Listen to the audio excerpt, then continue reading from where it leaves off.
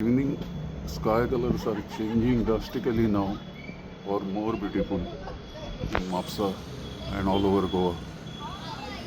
They will get more and more colorful, kaleidoscopic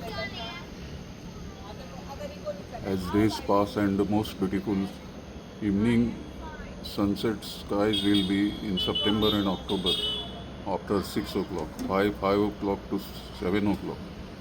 All the colors will be seen.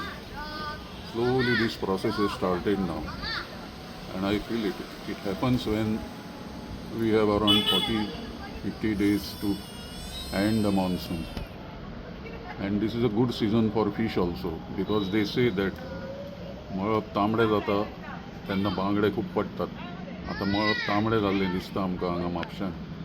म्हणटकीर ते तांबडे आतां इल्ले इल्ले कलर हो वाडत वतलो आनी खूब ताल्ले आनी बांगडे आतां पडटले, मागीर इसवण येतले.